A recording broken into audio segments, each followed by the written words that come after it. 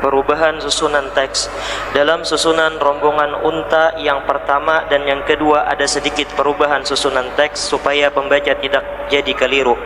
Perubahan ini berdasarkan kepada apa yang disebutkan oleh Imam Ad-Dardir di ujung kitabnya, yaitu perkataan rawi berkata, fasa'alul 'iral akhar faqalu halin kasara lakum naqatun hamra qalu na'am.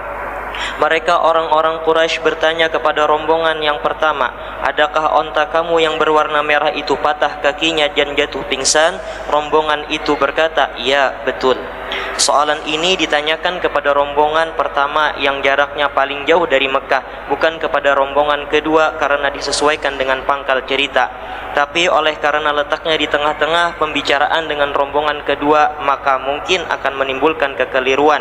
Maka di sini kami akhirkan letak soalan ini. Maksudnya soalan ini soalan kepada rombongan ketiga terakhir datang, yaitu rombongan yang pertama Nabi kita ketemu yang masih jauh. Itu kan ditanyakan kepada mereka, apakah ada onta kamu yang patah kaki dan pingsan? Mereka kata ada.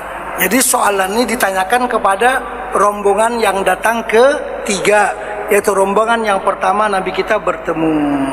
Seterusnya, intahatil qissah bihamdillahi wa auni wa sallallahu ala sayyidina Muhammadin wa ala alihi wa sahbihi wa sallam tasliman katsira walhamdulillahi rabbil alamin. Telah selesai kisah ini dengan puji-pujian kepada Allah dan pertolongan darinya. Semoga Allah mencucuri limpahan rahmat dan keselamatan kepada penghulu kita Nabi Muhammad dan ahli keluarganya serta para sahabatnya, dan segala puji bagi Allah Tuhan sekalian alam. Alhamdulillah. Dengan berakhirnya kisah tadi, berakhirlah babak-babak kejadian Isra dan Mi'raj yang kita baca di masjid ini dengan 9 kali kuliah, daripada kisah yang pertama sampai kepada kisah yang terakhir dalam peristiwa Isra dan Mi'raj.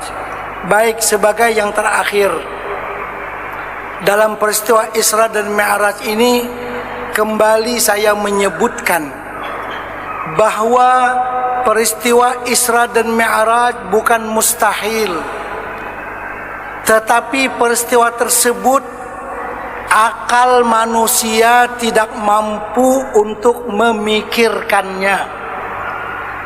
Bukan sesuatu yang bertentangan dengan kebenaran, tidak, dia benar, tapi akal manusia terbatas, tidak mampu memikirkan hakikat peristiwa Isra dan Mi'raj tersebut.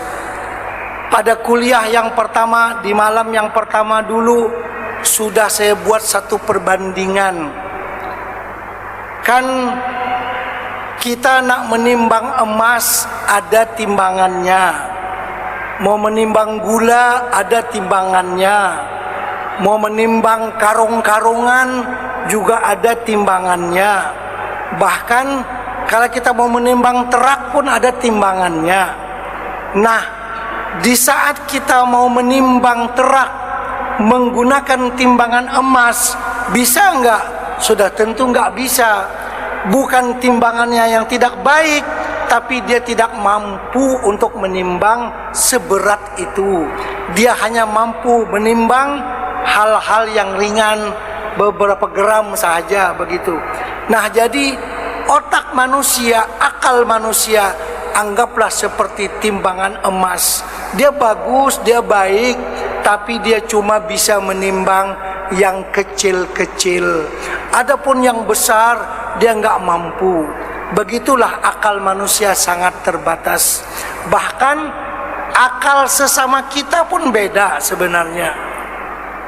Apakah lagi dengan qudrat dan iradat Allah Subhanahu wa taala, sangat berbeda. Jadi peristiwa Isra dan Mi'raj, peristiwa yang akal manusia tidak mampu untuk mencernanya, tidak mampu untuk memahaminya. Kita orang Islam menerimanya seperti apa yang disebutkan di dalam Al-Quran dan di dalam hadis Nabi sallallahu alaihi wasallam. Itulah sebagai ucapan yang terakhir sebelum kita menutup kitab ini.